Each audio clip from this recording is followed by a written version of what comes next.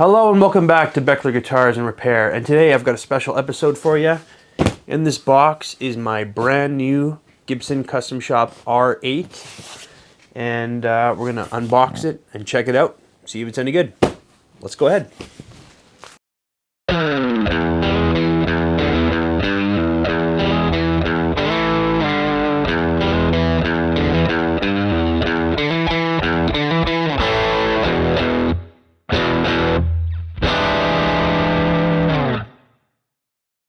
So, my other Les Paul, that was my #1 guitar, which I just made a video on.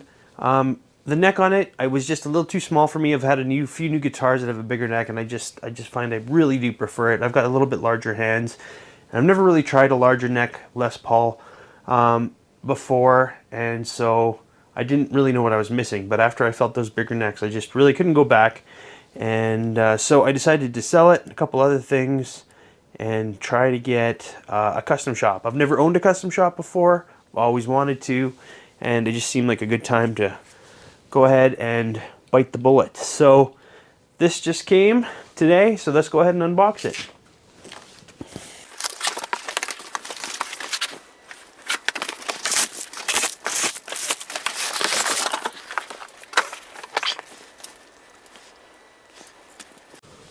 Alright, so yeah, it came really well packed. It had cardboard around the neck and bubble wrap everywhere.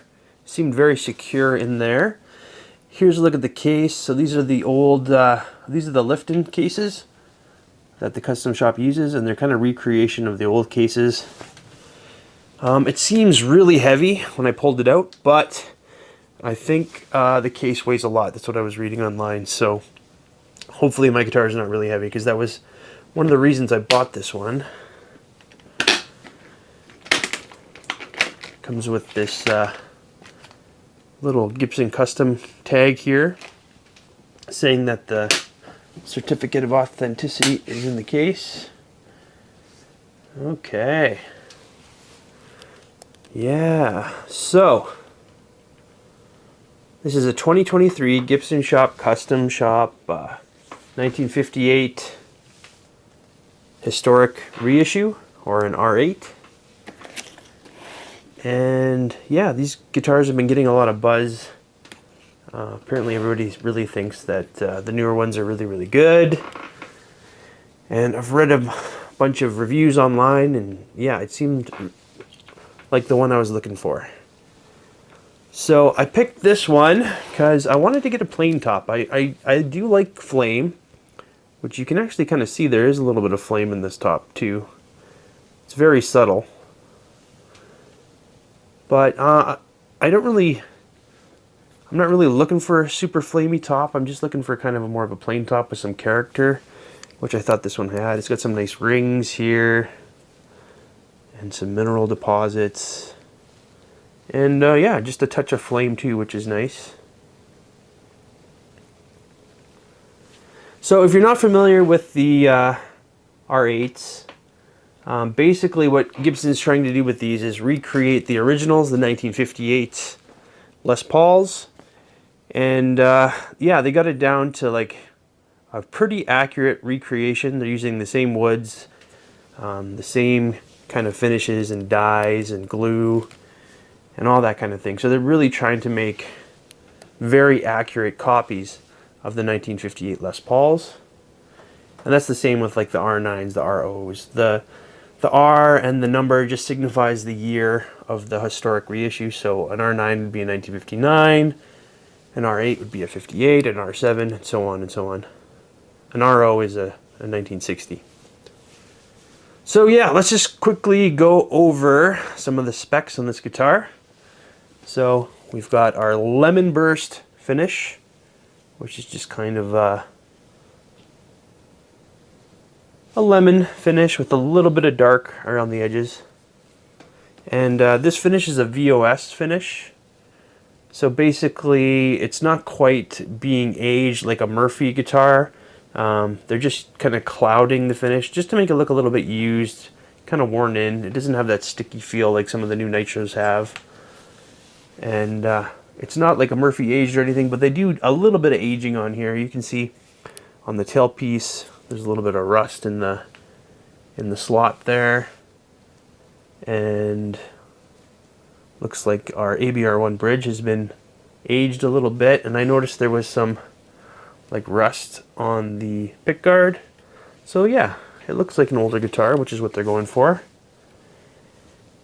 And so yeah, this is a one-piece mahogany body, a two-piece hide glue fitted top. It's a plain top. It's got the thumb bleeders. It's got these ambered top hat knobs.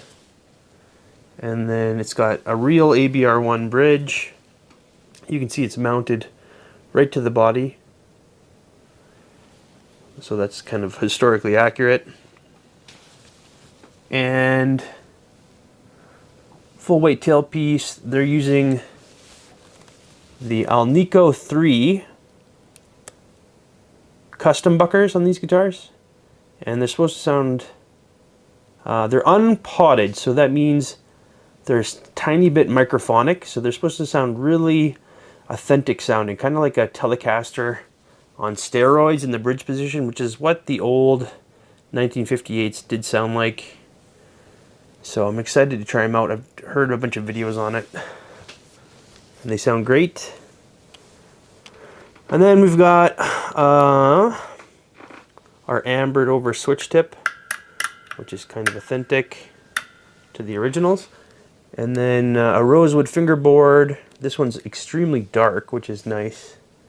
There's a little bit of streakiness to it. And they use the special inlays. It's material specific. I'll have to look up again what the material is they use for the inlays. But it's the same material they used in 1958. And they're using the tall, thin frets on these guitars. So that's supposed to, again, be historically accurate. You still have the fret nibs. And yeah, the binding is nice and rolled on this guitar. The frets look good. They're not gritty at all. Well, maybe they're a little bit. They look pretty good, but I guess they could be a little shinier, but it's easy to do. Just to buff them up a little bit. And yeah, they use the red marker dots, just like the originals. Then they use a nylon nut, which again is a historic spec. And our Gibson logo is mother of pearl. It's got that ambered over look. And let's have a look at the back quickly. And it does come with a Gibson Custom Shop medallion that goes in the switch cavity. I just switched that over quickly because I kind of prefer the original look. And for the back, they use an aniline dye, very similar to what they used to use. Apparently it's hard to work with, so not all guitars use it, and it kind of bleeds into the binding a little bit, but that is historically accurate.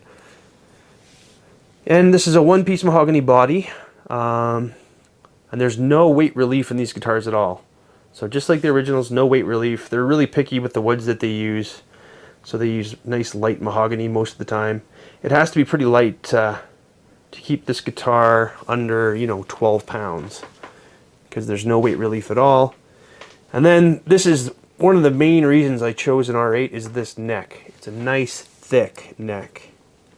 And that's what I've really come to prefer in terms of necks for playability. And we've got our vintage Kluson tuners, and there's look at our serial number.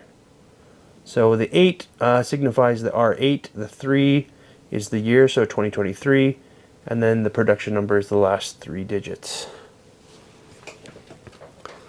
So yeah, as far as I can see, there's no glaring issues at all. Maybe the frets could have been buffed a little bit better. I like the action, and one of the reasons I bought this guitar is the weight. So let's go ahead. First I'm going to check out the case candy a little bit, and then we'll get it on the bench and check out some specs. Here's a look at our case pocket. So yeah, nice big pocket. It's got some support there, and it says designed in Nashville, made in Costa Rica. So these are the Costa Rica cases. I think they're a little bit heavier than when they made them in Canada. That's what I had read online. And it comes with a nice neck pillow that sits right there to protect your neck, which is cool. Then it comes with our certificate of authenticity. And then just some extra tags. These are like a vintage looking hang tag, which is a nice touch.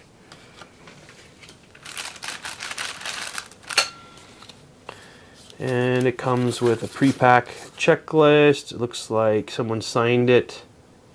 They're inspected by their name. And it has a whole checklist of things that they went through. As long as you're with your warranty information. And a little bit more information and tags. Vintage tone circuit. Here's the switch tip they provide in case you don't want the ambered over one. Oop. And this is the Gibson Custom Medallion that they include with it to put on your switch cavity cover. I like the look of it, but I think I just prefer the normal one. Probably reduces the weight imperceptibly as well. Here's a key for the case. Some more kind of little tags and literature. Here's some instructions for your Les Paul. And this all looks like vintage kind of stuff, which is cool. And then it says, this guitar has been adjusted for professional usage. Light pick action, which enables the guitar to fully develop and use its technique. If you wish hard stroke and wish to change to a light pick action, raise the bridge slightly and eliminate string rattle. Okay. Some more about Murphy Labs. This looks like a dealer. It says don't put in the window because the sunlight can fade it. Some instructions on the two-pneumatic bridge and the pickups. So yeah, pretty basic case candy. I appreciate the vintage aspect of it, but you don't get a strap or any sort of tool or anything else like that. Just the medallion and the switch tip and some papers. So that feels a little lacking considering the price of the guitar, but I wasn't really expecting much more than that anyway. So yeah, I actually wanted to weigh the case because it seemed crazy heavy, and it is. It's 11 pounds, 11.5 ounces just for the case, which seems crazy, but I guess it is pretty sturdy. And this is one of the reasons I picked this guitar, because I wanted a lighter Les Paul, and this is crazy light considering there's no weight relief going on this guitar at all. So it's 8 pounds, 7.9 ounces.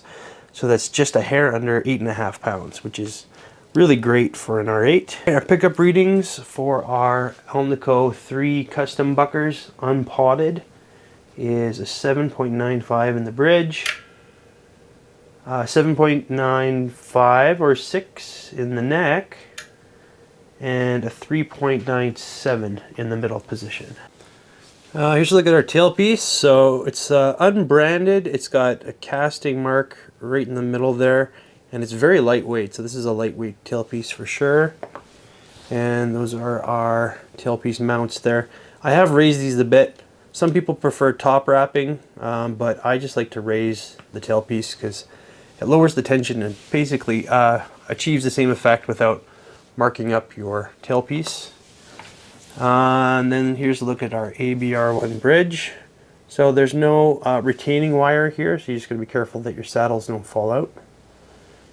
And yeah, it's full weight. I don't know if they make lighter ones or not. And then there's a look at our bridge posts, which are mounted directly to the body, which is a historically accurate ABR1 thing. And I just wanted to mention there is some aging on the screws too. So if you look, they're kind of rusted and aged a little bit. So it's a nice touch. Let's have a look at our pickups. So here is our bridge pickup.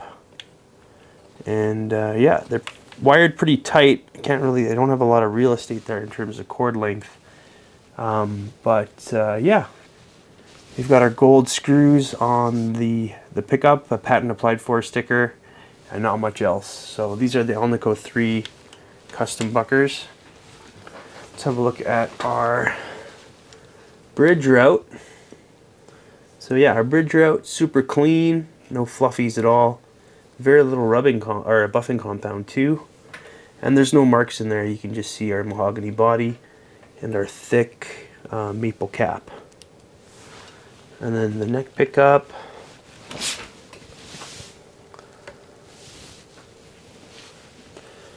So yeah, there's our neck pickup. Same thing. No other markings other than the patent applied for sticker.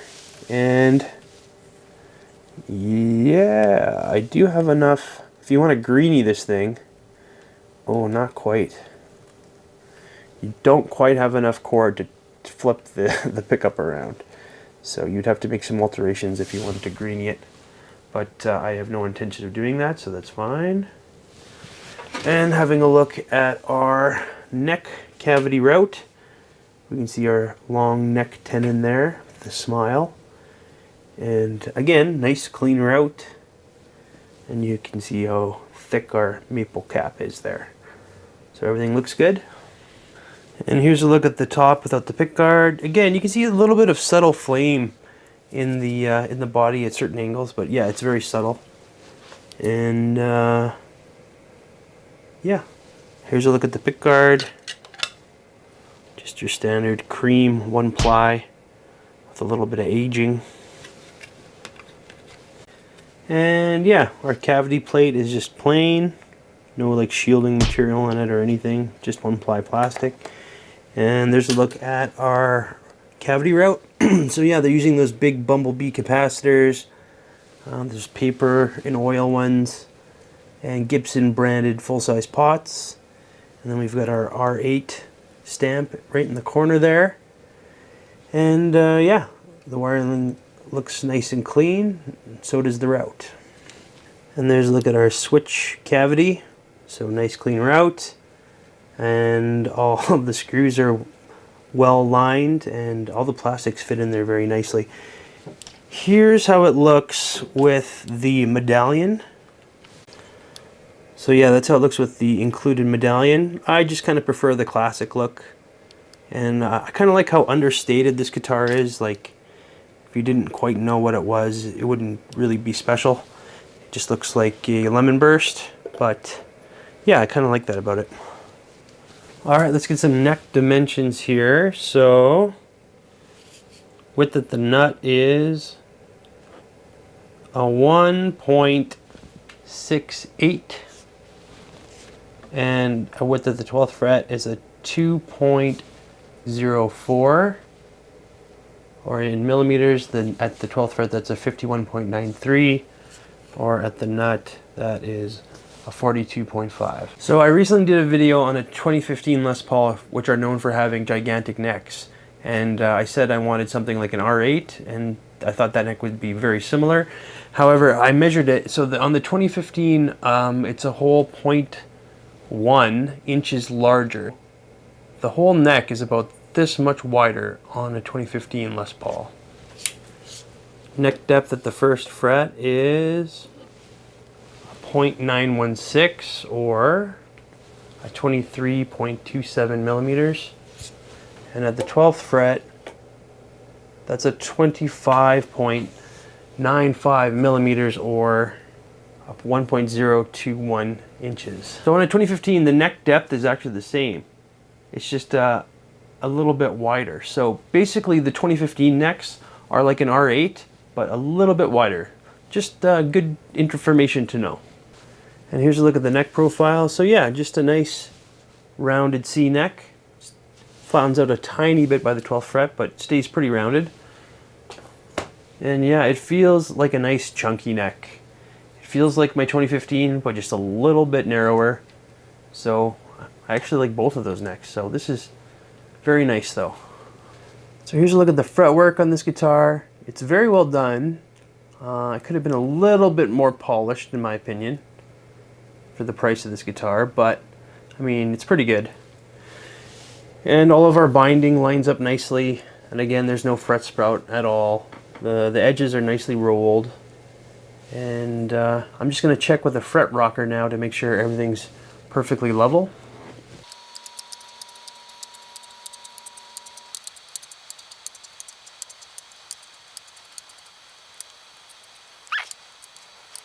Alright, so yeah, I checked multiple times and there's no rocking at all. So yeah, nice level frets, which is what you'd expect. So here's a look after I really polished the frets and oiled the fingerboard. The fingerboard was just a little bit dry, but this is a 2023 model, so it could have been sitting for a while and dried out a little bit. So just a little lemon oil made it a lot better. And yeah, really tight grain on this rosewood and super dark. It almost appears like ebony, but it's definitely rosewood. So that tight grain and darker characteristic is like kind of characteristic of a Brazilian too. So very nice piece of rosewood. And no tooling marks hardly at all on this guitar.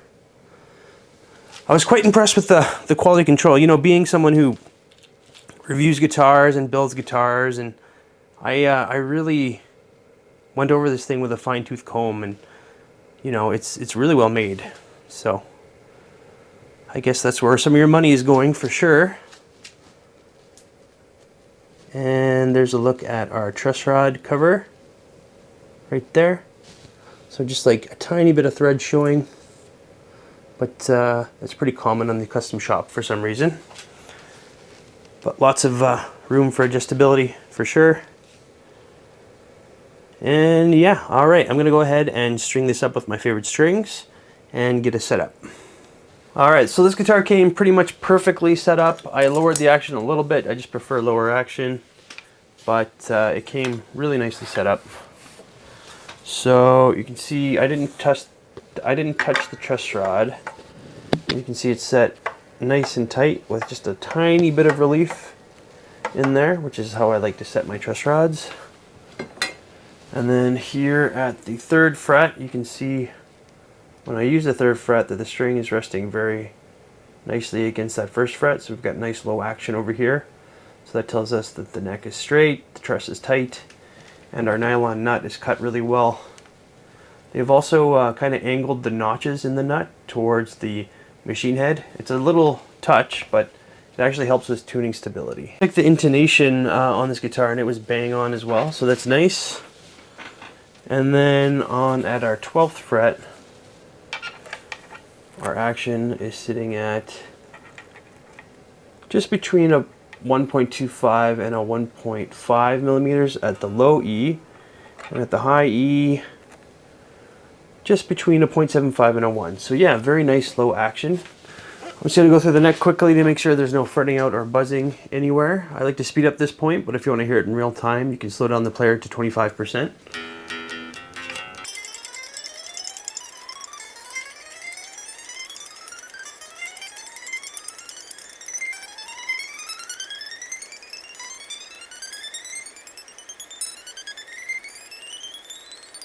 So yeah, very nice low action with no buzzing or fretting out anywhere. And yeah, I've been really impressed with the QC on this guitar so far. The only issue I've had was I think the frets weren't quite as polished as they should have been, but maybe they were trying to keep that 58 aesthetic, or who knows. But I guess an old guitar would look really kind of weird with super polished frets, but that's how I prefer it, so I just did it and hydrated the fingerboard a little bit. But other than that, it's been really, really great. I can't find an issue anywhere. Okay, so yeah, and the neck feels awesome. I really like that larger neck. And yeah, I really prefer this neck over my 60s. So that's great. Okay, I'm gonna go ahead and plug it in and we can hear how it sounds. And before I plug in, I just want to show how it sounds, you know, just acoustically. So I noticed that the neck really vibrates. The whole thing kind of vibrates as one, which is, you know, a characteristic of a good guitar. So yeah, that's nice. And yeah, it sounds quite bright acoustically, and it really sustains for a very long time. So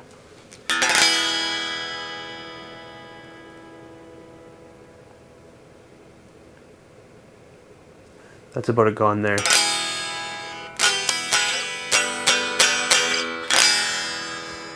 So yeah, that's cool. All right, let's go ahead and plug it in. I'm plugged into my 1965 Fender Bassman, and here are my settings.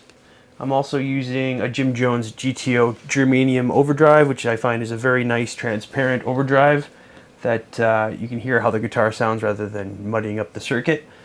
And yeah, we'll try it clean and then with a little bit of dirt. I'm also using an SM57 to mic up a 212 cab, and I'm using a condenser mic for the room.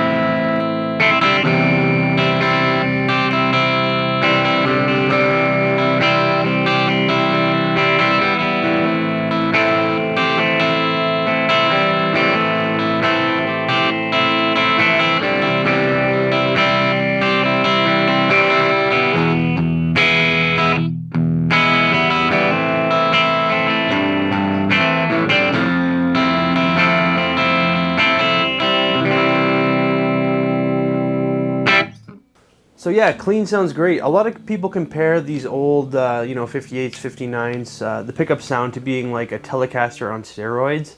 Like you can get that really nice Telecaster sound.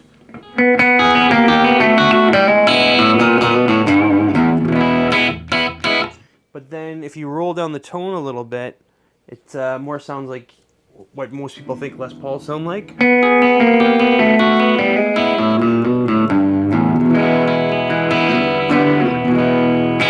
So yeah, that's pretty cool. You can really get some single coil tones out of this thing. All right, I'm gonna go ahead and try it with a little bit of overdrive.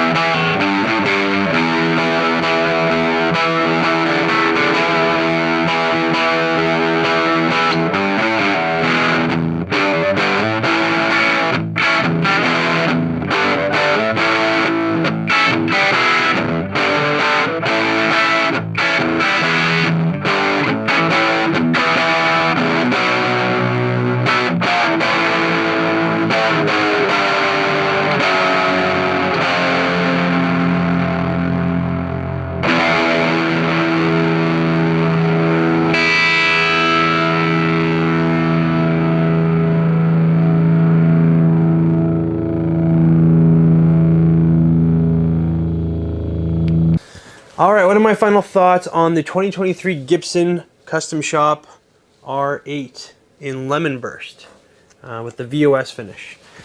Well, this guitar is about as close to perfect as any new guitar I've ever gotten.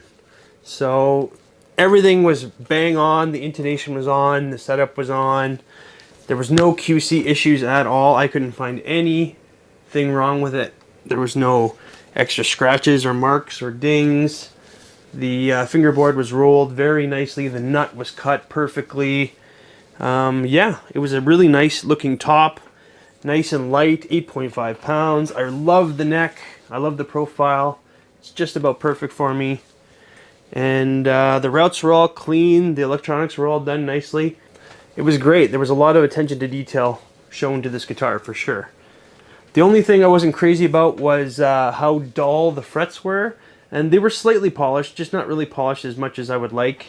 Again, I'm not sure if that's an aesthetic choice for them. Having an old looking guitar with super shiny frets kind of looks weird, but I definitely prefer that for playability. So I went ahead and polished them up a little bit. And these custom Buckers Alnico 3 sound great. They sound super vintage, kind of single coily. You can really clean them up so they sound more like a traditional humbucker sound. But a lot of different tones you can get out of this guitar. They're quite versatile. And yeah, no neck dive at all on this guitar either. I checked it on a strap. Sits very nicely. 8.5 pounds, no weight relief. The Custom Shop is definitely a lot more than, you know, the USA.